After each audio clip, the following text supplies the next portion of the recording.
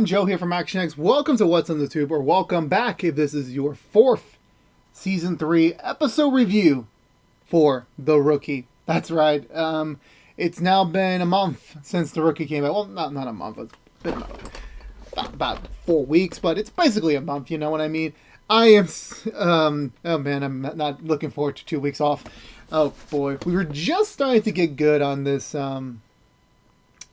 journey, and then now we're gonna have to take a little bit of a break, which is unfortunate, but hey, we waited like 6 months for season 3 to start. We can wait 2 more weeks for the next episode, right? So yeah, here we are, episode 4.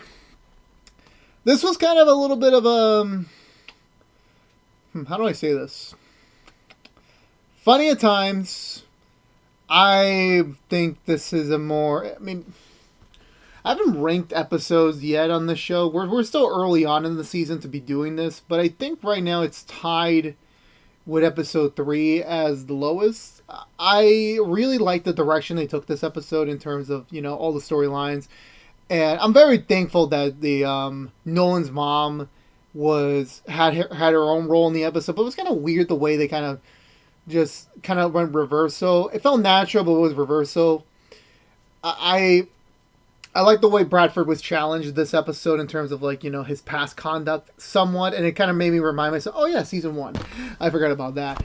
The Doug storyline is progressing fairly well, and it's actually hitting kind of like a boiling point, which I don't believe next week we'll tackle on. Well, not next week, next episode won't tackle on, but we'll see what happens.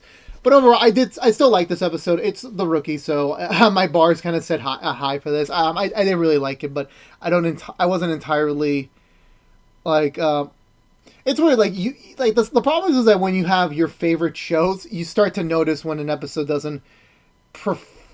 It's, how do I say this naturally? I really like this episode, but I didn't love the episode. That I'll say it like that. But maybe when I go for the butchered recap, I'll explain a little bit more. So let's go through the butchered recap, and then let's talk about exactly my overall thoughts on this episode. So we begin in the Nolan household now in the Nolan household because his mom is there now. She's cooking some pecan pancake. Oh no! Wait! No! Before that, we are interrupting this episode of The Rookie with some hacking show that bribing Bitcoin's still a thing. Probably we get some guy trying to screw another guy out of some money because he has some illegal, well, not legal, but he got some private pictures of him. For some reason, Nolan and Harper come in to investigate because there's this kid was stealing some Wi-Fi, some Wi-Fi from his neighbors, and they went to go investigate it. And yeah, as soon as the kid is about to. Also, this kid, I don't believe he is the kid, but I'm not really sure. I forgot to check IMDb, and I forgot to check Twitter and Instagram before I made this episode review. This kid might be from Walking Dead World Beyond. I'm not entirely sure. He looked very familiar, in my opinion, because I just watched all 10 episodes last year. So it couldn't be him. It could not be him. I'm just saying it looked. The facial structure was fairly similar. I'll have to double check that after the fact. But Nolan and Harper are about to leave, and then the guy who he was bribing just speaks through the computer. It's like, did this dumbass not turn off his speaker? He lets Nolan and Harper know what's going on. Harper's about to put him well, not under arrest. He was about to call his mom on him, and then Nolan was about to check the photos so he can delete them. I'm not entirely sure what the photos' context was, but I'm assuming it's something of the extraordinary length, if I have to be that punful. So then we get back to the Nolan household. His mom is cooking him some pecan pancakes, which, honest to God, sounds like a disgusting pancake. I prefer my pancakes either plain, buttermilk, or chocolate chip. Nothing in between, nothing in the middle. Maybe a sliced banana, but you really are pushing it with the fruit. The pancake's supposed to be whole and plain and basic, like my love life, which is nothing. But anyway, yeah. So they're talking, and obviously no one was expecting his mom to already be gone. But she said, "No, I canceled my flight. I'm gonna stay here for an indefinite amount of time." So I was thinking, oh God, we're gonna make Nolan's mom the recurring joke of the week, aren't we? Oh no, please don't tell me this is signaling the end. And before we continue any further, Spoilers, she does not stay on, but we'll get to that in a moment. We'll get to that eventually. She gets a delivery from this company, CDM. It's something in the marijuana field because Nolan mentioned this. I'm assuming it is. I don't really know what it's. Some special type of oil to help your skin, and his mom is basically trying to make a profit off it. So that's her gimmick of the week. But of course, Nolan's still focused on being superbly focused on the rebuilding his cop credentials. So that's what he's focused on while his mom goes to do that. So we'll come back to them later. We get to Jackson. He's Jackson. Officer West. Wait. I'm getting the. I'm getting. Oh yeah. I'm sorry. I'm all over the place here. We cut to West. He's jogging and he's starting to have like audio flashbacks to last week's episode with Doug and the family, and he's being on alert. He gets pulled over. He gets stopped by a police car. Turns out to be Gray, and it turns out Gray's signing off on the plan to remove Doug from his position. But it's gonna have to be a much more by the books majority amount of evidence. And what was the other thing? Oh yeah. So I mean, of course, Wes brings up the fact, isn't that kind of what Nolan and Harper did back in the premiere? The only difference with that is that Gray's going to have total supervision and approval on this matter, so he's in the clear on that. Plus, Chen and Bradford are providing backup for him in case something does go wrong. There's even more eyewitnesses to the effect. So I believe from there, where do we go? So Wes is a little bit uncomfortable with the plan because he kind of wants to be the sole person to get Doug off the force, but because of the matter, this is the only condition that Gray's signing off on this plan. I believe then we cut back to, I think Nolan and Harper are next, I believe so. Oh no, wait, before we get to that, we cut back to sorry, my voice is, it's been a long day. I've been up since like 9 a.m. in the morning and it's currently 11:30 at night, so I'm a little bit out of wear. It's been a long day. Moving on, Lopez is beginning to get her pregnancy cravings, which is eating pickles with fluffy melted marshmallows. Not my preference. I'm going to text my friend who is a big pickles fan. I'm going to see, is marshmallows on pickles allowed? I could call him, but he's probably sleeping. He works in a hospital. But anywho, they're having a bit of an argument because of the whole... Wesley wants to get the baby checked out by an OBGYN specialist for babies, pre-birth, and Lopez is not entirely wanting to go to his recommendation, which is also his mom's recommendation. She wants to go do her own thing, but Wesley's trying to be a little bit more forceful on this, but Lopez is putting him in his place, saying, no, I'm dealing with the baby. The baby's in my body. I'm taking point on this. So we leave that be, and then I believe we get to where do we go? I'm getting lost over the place. Yeah, Nolan and Harper are about to head off for the day. We missed yet another bullpen meeting. Understandable by this point. And Nolan's taking the driver's seat for the day since Harper has to focus on her daughter getting into a musical school of music. I forgot what the terminology was, but it's a school for music. That's what she wants to go into, and Harper wants to prove that she can get her daughter in there without any help from her ex-husband, that she could do this all on her own, to kind of prove to the fact that she was away for 2 years. Now this is her chance to kind of redeem herself as a full-fledged mom to her. So that's kind of her purpose this week. And yeah, I think this is where we start branching off at the storyline. So I'm gonna go with I really don't want to go with the Harper. Actually, no, wait. Which one want I go for? Let's go for Lopez and Wesley, because mostly Lopez. Wesley was barely in this one. So we come back to the actual station. So I didn't know this from the last 2 weeks. It turns out Lopez is still in the main station, but she just reports to someone else that's not Gray, which honestly, I completely forgot, and then I realized, well, it would probably be cheaper to just have her stay in the same station just as a detective on call, since we get a scene later on where it was a storyline transition, and we see Chen and Bradford leaving their scene and then beginning Lopez's scene. So I'm like, oh yeah, okay, so they are in the same station. I completely forgot. So moving on, Wesley comes back in to kind of once again reconvene on the whole OGB. Oh my god, I'm gonna really butcher this terminology. I apologize for anyone in this profession. I'm sorry, I can't pronounce it for hell. Wesley admits to Lopez that the reason why he wants her to go ahead and get checked up is because he has this disease that runs in his family that is genetic, that his father had, which he died from, and Wesley is also positive for that disease. So he wants to make sure that potentially his own child won't get it when they're born, which obviously upsets Lopez since she was thinking this pregnancy was going to be easy street, that it was going to be all fine because her mom had 5 kids and everything turned out fine. Now Lopez has an extra weight of that her own child might have a disease that she cannot stop until after they're born. So then later she's a little bit upset on it. She tells Wesley to get away because she needs some time alone. So then we cut to a little bit later. She's about to receive an assignment supposedly, but it turns out she's being passed over to another detective.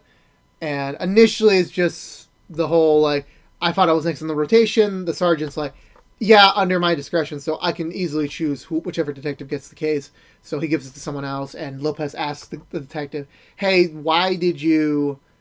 Is it often for him to skip over detectives and skip the rotation? And the guy's like, not often. Which kind of points to the picture that Lopez is thinking that the sergeant knows that she's pregnant and that he's already trying to sidebench her, not even like a month or two into the pregnancy. And then I believe I'm trying to forget.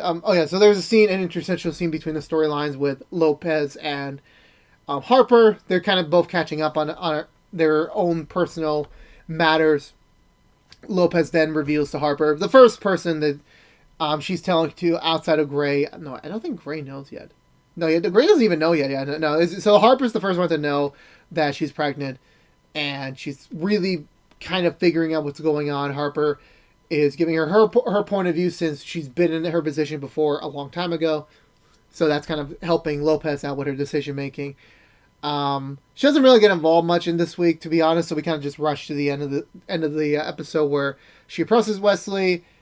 She's not mad at him anymore, but she's like really scared now because she's really worried where the baby could end up in terms of like with the disease later on.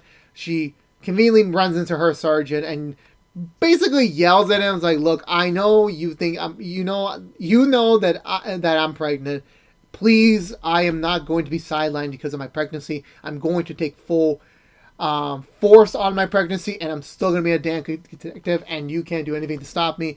And it turns out the sergeant didn't even know she was pregnant. The only reason why she was passed over is because the case had some connections, that the detective that actually got the case had some undercover people involved in it, or I think it's CIs in it. So it would make more sense for him with the connections to follow through on the case than her, who still, I'm assuming, doesn't even have a connection to that case. So it made sense. Plus, he's like, "Look, I'm gonna work you until you're done, until you're ready to give birth. So there's no special treatment for mothers." So, which is honestly a good sign that Lopez had nothing to worry about that thing, but now we got to focus on, well, how's the baby gonna be? So that's another issue for hopefully another week. And I think then, you see, the thing is that the Doug storyline is intersected with a lot of other of the characters. So I think I'm gonna save that for last because that's like a really big one. So I'm gonna go in for the first time ever. I'm not doing Nolan's storyline last. He's going second because I don't think there's anything else. Yeah. So Nolan and Harper are basically on alert because Nolan's trying to not accept any calls for Harper, but still him being a good cop, he needs to take those calls. But Harper's like, "Can we just please not have any calls until 9:05 when this phone call is wrapped up?" They get into a neighborhood, and a lady comes by to demand their presence in the backyard of another individual, which, of course, obviously Nolan jinxed us yet again. But Nolan goes to handle it solo while Harper handles the call. Turns out to be some loony flat Earth believer. Brief aside, I'm not. I know we're just reviewing the show, but the Earth is round. The Earth is not flat. It's not we're not in a globe. I mean, we're not in a dome. Flat Earth theory, I'm sorry, is wrong. Period. Point blank. Done. Sorry. Moving on. Moving onwards. The guy wants to get in a rocket and fly to the end of the dome so that he can prove that, yeah, the Earth is flat. And presumably, I honestly thought, like, this is going to be an embarrassing fail. But no, this guy's engine almost takes off. And then explodes, and somehow he survives being thrown from a backyard all the way to the car while Harper's on the call, and she was just about to get her daughter in. And the explosion knocks out, it creates an EMP that disconnects everything. So Harper loses the position. She's pissed. She's low-key pissed at Nolan. That's gone. That opportunity is gone. So Harper goes ahead to the school to see if she can get her kid in. The maestro, teacher, coordinator, I don't know. He seems like a maestro. He's not having. He's like, oh sure, a man fell from the sky. I really think this is highly logical. I'm like, dude. This is 2021, or I'm assuming in this universe, it's still 2018 or 19. I mean, we've seen some crazy stuff before. You can't expect me to not... You're not expected to believe that a man can fall from the sky. I mean, come on. It is possible in this day and age, so come on. Give her a break. But he doesn't listen to her. Harper's kind of about to activate it, and then some other guy, another father, comes through with a box of donuts. Yo, I swear to God, I want to go to a homemade bakery and get that pink box. Because I swear to God, every time I see a TV show and they say, I'm bringing donuts, and it's always in that pink convenient box, I want that box. I don't know where you get it, but I want that box. So I'm going to find out. I will hopefully take the next 2 weeks off to go find that box, because I want that box. Side point. He also failed to get her, and it seems like these two have a lot in common. You know, they're both divorced parents. Their kids are both in the same age group or grade, I'm assuming. They seem to share a lot of things in common in terms of like their background, and he's opting to try and find another back way into getting his daughter into the program, which he does her. So I was like, look, I'll also find a way to see if I can get your daughter into, and. There's a line where Harper says, like, oh, at least I get to see you again, which is kind of low-key, like, you like him, you like this guy, you think you're moving on, Harper, that's good. Good thing, will it work out? I don't know. But it's a good sign for Harper, you know. Harper's getting a lot of love this season so far, so I'm loving it. She had her own storyline last season, we're getting a new direction for her this season. I'm loving it. And then I believe, do we cut back to No, not just quite yet. I think we head back to where do we go next? Did we just go to that meal cart area? I think we do. We head back to the food cart area. They're having some lunch. They're talking about some stuff. And then meanwhile, Gray and his wife, which I still did not check if she was the mother from Lab Rats. I did not check. I apologize. I've been busy as hell. She wants to explore a new direction in her life since Gray's wants to continue staying on the force to kind of help make some change. Which I'm like, thank you, God. Don't leave us, Gray. Don't leave us ever again. Please don't. I can't live without you. Moving that aside, she wants to find a new career path. She wants to explore something new since her plan for retirement with her husband is not going to happen just quite yet. And she wants to talk to Nolan since Nolan made a big change late in his life. Which Gray is like, oh, God. It's like, oh, God, he's still not a fan. So as soon as Nolan and Harper get wind of this advice, she goes off to get some drinks for them. And Harper's like, look, you do not want to give her any sort of advice, because any sort of advice that you're going to give is going to make Gray extremely mad. So, yeah, so he doesn't listen. Of course, during the comments, this is John Nolan we're talking about. Do you expect him not to say what's on his mind? Do you really expect that? We've seen this man for 2.5 seasons now, just giving advice. He is a dad as a dad. Moving that aside. His advice is that she needs to find her eureka moment, which is like when Nolan had his back in the pilot of this whole run, back in the beginning of the show. So she's like, yeah, I'm gonna find my eureka moment, and to no surprise, later on, well, that's not the eureka moment. I'm just saying later on, they're wrapping up the day. Nolan's mom is in the opening office of the station, and she's selling the freaking oils to his fellow officers. I'm like, this cannot end well. This will not end well. I have no idea what's going on here. Because I legitimately don't. So then I believe Nolan goes to leave, and then Gray's wife stays behind to talk to his mom about something. And then the next morning, it seems all peach and dairy. Nolan's back in his bed, taking control again of his household. And he gets a call from Gray, who's not at all pissed. Because not only did Nolan recommend to her, find your eureka moment, Nolan also, apparently, inadvertently, his mom sold off her business and her supplies to Gray's wife for $10,000. Which, I'm like, $10,000 for a piece of paper and a box of oil? That is probably the most richest get-rich scheme I've ever heard in my freaking life. But they cut to the living room. No one's trying to convince her to give back her money. She's like, no, it's my money now. We had a legal transfer of power, which is not what you can say about Trump's presidency to Biden's.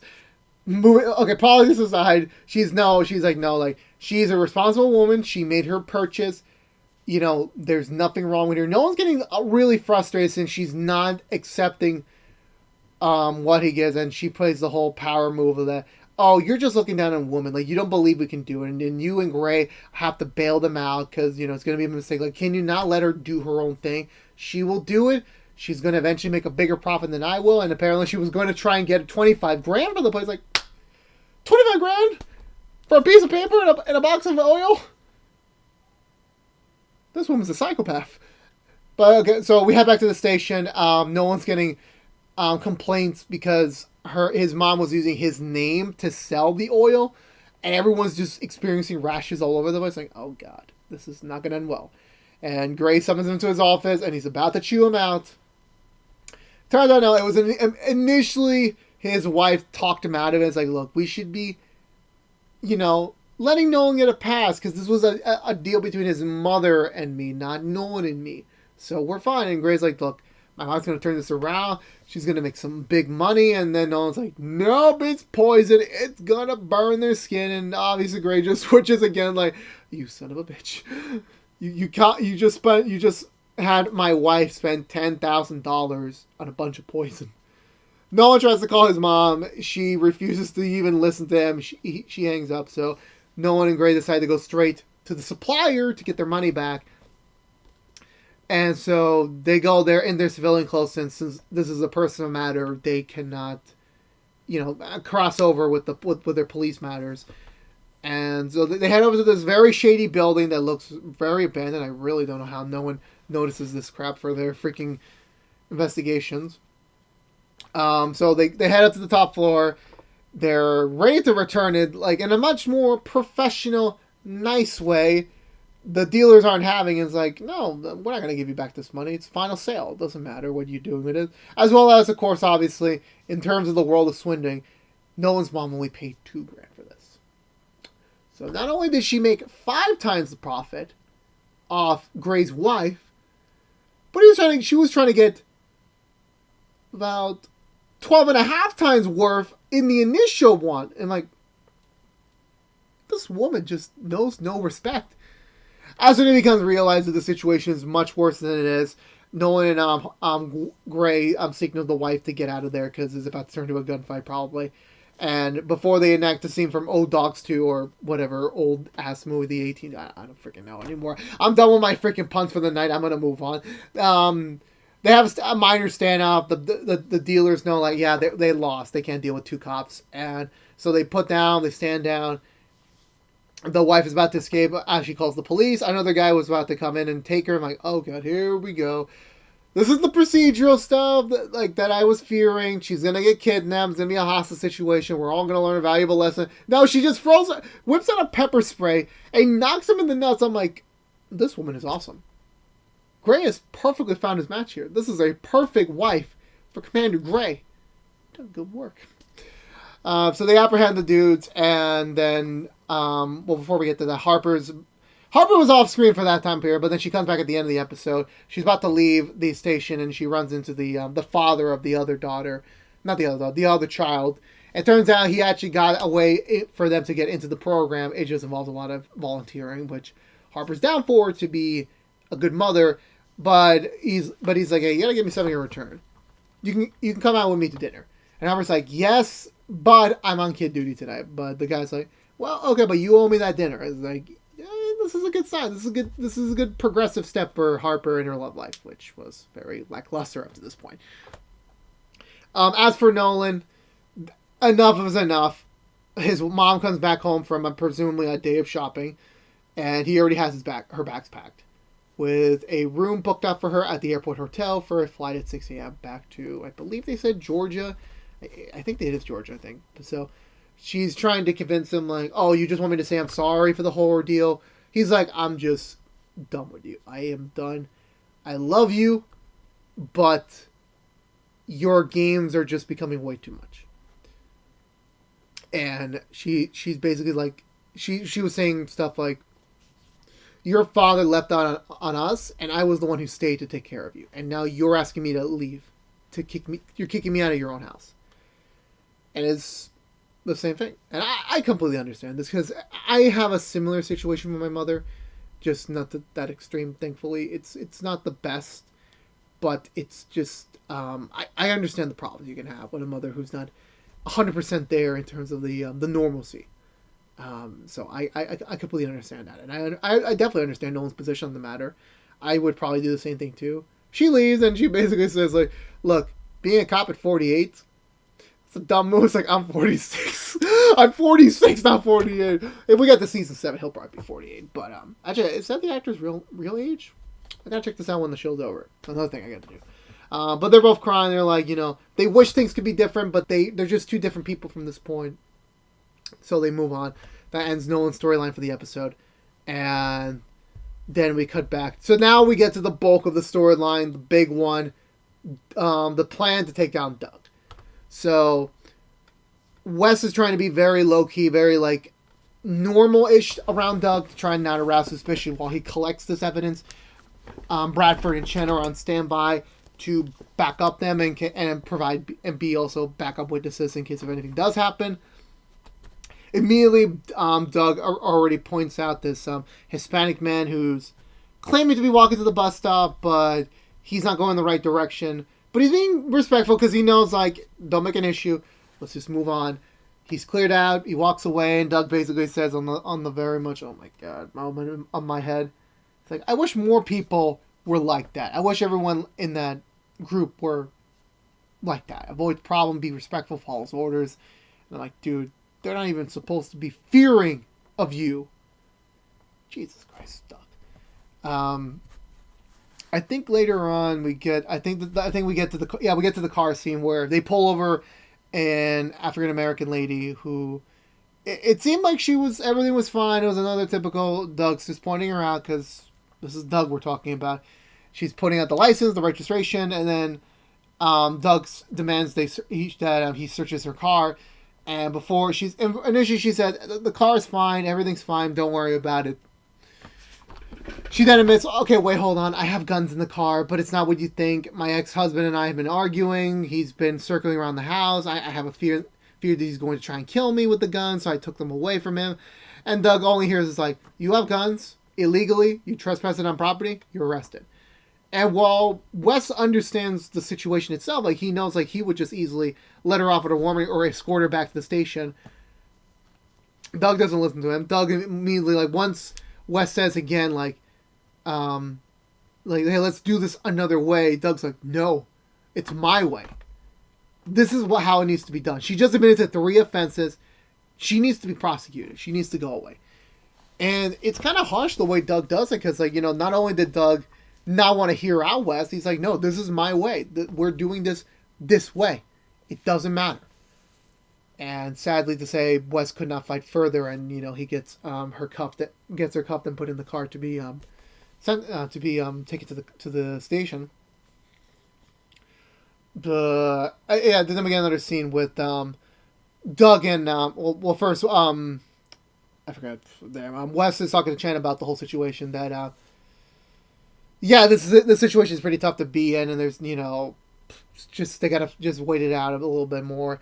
Doug is talking to Bradford about what's up when most of my rookies aren't like that, and Bradford's trying to be neutral about it too, but then he eventually gets pushed to saying like maybe it's not the student, maybe it's the teacher. And initially, I think Doug kind of thinking it's like, oh, he's jabbing at me, and it's like, no, Lopez must have done something wrong with him in his training. I only got 20 days to teach him right, so I'm gonna do some things to kind of like push him in the right direction, the Doug direction. And then I think we just got back to the next day where it's the end of the day. Wes is filling out the paperwork for the day. Chen is basically wanting to do something more. And also, I completely forgot about Chen and Bradford. When they were in the car at the beginning of the episode, they were talking about like how, Chen was saying like, well, Bradford's not one to talk since I believe he used an example of he did something wrong. I completely forgot the pilot. I completely forgot the first episode. Or the first season, like that much, because it's been a stretch. I've been reviewing so many other shows and watching other shows. Like I completely forgot what went on in season 1, or specifically what happened in season 1. But in this matter, from what I remember, yeah, Bradford did do something pretty racist, and in terms of Chen's early boot camp training with other civilians. And then Bradford's like, yeah, I know, I made a mistake there. I'm trying to be better and trying not to do that anymore. But I do take credit on that one. Yeah, that was completely insensitive of me. So at least it's admitting his fault. So the two decide to take the initiative, and they head out to meet up with another officer who turns out to be Doug's previous rookie that he had mentored on his watch. So it seemed like the two groups are respectful. They're like, okay, I get what you mean. You both have a pretty good credit in the police force, and they get to the brass tacks. They're like, look, do you think Doug's a racist? Do you think he has a discrimination towards certain races? And the guy's like initially debating if he should say anything, but he's like, look, I'm gonna join another station. I'm gonna move up on the force in less than a month, or I think soon. He meant I think soon. And Doug got me there. I can't risk anything just because of that little thing. And I'm not sure if this is the scene where he says or his next scene, but he says something along the fact that we can't change anything. That is just how the system is, and I'm not ruining this promotion. So he leaves. So they get to a dead end there. And then the real catalyst scene is like, I was like legitimately worried for Jackson. Doug gets a call on the phone, and it seemed like his old rookie was giving him a heads up about the whole being questioned about him, or being asked questions about him, about Doug, I mean. But Doug kind of rings it off as like, oh, I just got a tip for like a potential drug deal going on, which they do. They head to an alleyway. They find a kid or just a young adult selling to a couple other people. West and Doug goes to pursue the dealer. They corner the dealer, but it turns out he throws the backpack in a grate, or I don't know what that is, a grate or air system, I'm not really sure. And what's scary is that Doug said when they caught him and Wes was putting the cuffs on him, Doug said, oh, I don't have my body cam on me. I think I must have lost it. It's like, oh no. This is it. This is the moment. I'm like, oh, I'm so freaking scared. Because the dealer's being a little bit more aggressive and more insultful towards Doug. Doug's not having it. He personally handles him back to the car. Wes is obviously worried because this could be the thing. This could be the moment where they could catch Doug and put him away. But the problem is Wes is debating, like, should he leave the evidence, break the chain of command, and disobey an order for the chance that Doug could be assaulting this guy in about the next 2 minutes or so? He also calls in Chen and Bradford for backup, and so Wes heads over. He runs. He doesn't see any fighting going on or any beating up going on. He sees the guy in the car. Doug finds his camera, and Wes is basically caught in a hard shell since Bradford and Chen also come in for backup, which is confusing. And Wes tries to play it out. I was like, oh, I was just worried about you, man. I thought maybe he was going to break out and attack you. And Doug basically low-key tells them, I know what you did. I know. He doesn't say it directly, but my old rookie gave me a heads up about you guys, and he knows, and he's severely pissed. I'm not really surprised. So then Bradford goes to confront the officer in question. The guy's like, look, he was my TO. I got his back. blue protects blue, that sort of thing. West comes in to back up Bradford, and they talk about like, why are you doing this? Why are you giving him the cover? I think this is where he says like, yeah, no, things can't change, the system can't change. I'm just more worried about getting to Metro right now than anything else, and they're trying to like figure things out, and I don't know who says it, like eventually it just cues to Doug handing to Gray with a blue page, with a blue page, which is basically a violation report, or a bad report against Wes on his performance for the day, which is not a good sign for Wes's overall performance, as Doug is now basically screwing him over in the long run. Gray knows what's really going on in terms of like what's right, but he can't do anything because there's no real evidence yet. All they have is Doug's word against Wes, so that's going to be very difficult to prove later on. And I can see Gray's eyes as he was contemplating if he should throw out the report or not, but he has no choice. He has to accept the report and Doug's word over him, and that's where the episode ends. So now I'm actually talking about it, I did actually like this episode a little bit more. I don't think it's the best. And it's so hard to like for shows to top themselves after you had a really great episode. It's really hard to do that. But I really did enjoy this episode. I loved all the messages that they were still doing a lot of things. They were progressing storyline. They were progressing character relationship. They were progressing character development. No one went to a hard point with his mom, which I swear maybe I should learn a thing or two from him.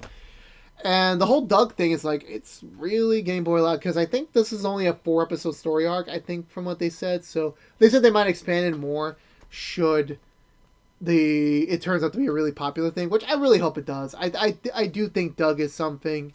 I love Brandon Routh. I love him so much. I wish he could stay on, but what's best for the storyline, so we'll see where that goes. But yeah, I'm loving the direction we're going in. It still sucks that we're going to be off for 2 weeks, which we were just getting in the groove of thing. We were just getting in the grooves, but oh well. What can you do? But anyway, so overall, I'm going to give this episode a 1.5. That's my rating scale, 1.5. Still good, pretty good episode. Not the best, but still rookie, so still got to love it. And I think that's going to do it for me this week, guys. So if you're unaware, this has been What's in the Tube from ActionX. If you want to know what we're doing overall, What's in the Tubes besides our rookie Season 3 episode reviews, we are doing every Nancy Drew Season 2 episode reviewed on Thursday mornings on here on ActionX, after a brand new episode on the CW on Wednesday night, and free the next day on the CW app. We're also doing Walker episode reviews each and every Friday morning after a brand new episode on Thursday nights, also on the CW, but free the day after on the CW app or the CW.com as well. But if you only care about the rookie, sad to say, we're going to take a little bit of a break. The show's going on break for a little bit. We're off because I have a feeling next week they just need to like have some more episodes in the tank in terms of filming before they like. I would love for more rookie episodes, but sad to say, I'm pretty sure they're gonna get caught up in filming at some point, so they need a little bit more time. Plus, the week after next week is Super Bowl Sunday, so that's gonna be a bit of a difficult matter to figure out. You know what I mean? You know what I mean? Yeah, you understand what I mean. So. Sad to say, we're off for 2 weeks. We'll be back on Valentine's Day for a brand new episode of The Rookie. So we'll be back on the 15th. So sad to say, about half a month, but we will be back. Don't worry, Rookie Nation. I will return. But next week, while we are off for the next 2 weeks on the Rookie episode review, we will be producing Quick Impressions, which I think my plan is going to be either for Smallville, Demon Slayer, or Lost. So one of those two of those three shows will be reviewed during the Quick Impressions in the next couple of weeks. So if you're interested in that, see me back again on those 2 next Monday episodes. But I'll see you guys in 2 weeks, if anything. But again, if you're unaware, this has been What's in the Tube from ActionX. If you want to see more What's in the Tube, please subscribe to ActionX on youtube.com/ActionX. Ring the bell for notification when our next episode review is live, which will be on Monday mornings. Which, after this one, you'll have to wait 2 more weeks. But what can you do? Like, favorite, share this review if you want to, but it does help us out, get us out there to new people, other members of our fellow Rookie Nation. Spread the word if you can. Also, follow us on Twitter to be up to date on any updates on reviews, anything with the channel, all that sort. Follow us on Twitch, which I was going to stream today, but my Elgato broke on me, and now I have to buy a new one, and we're doing a special Super Bowl stream, so, oh boy, that's going to be fun. But anyway, we usually would be streaming there every Sunday. We'll sad to say we're taking a little bit of time off again, which we just started. But anyway, but for you fellow members of my Rookie Nation, I'll see you all in 2 weeks. So until then, be safe, be well, enjoy the Super Bowl Sunday if you can, and I'll see you guys on Valentine's Day or the day after Valentine's Day for episode 5's review. So, peace out.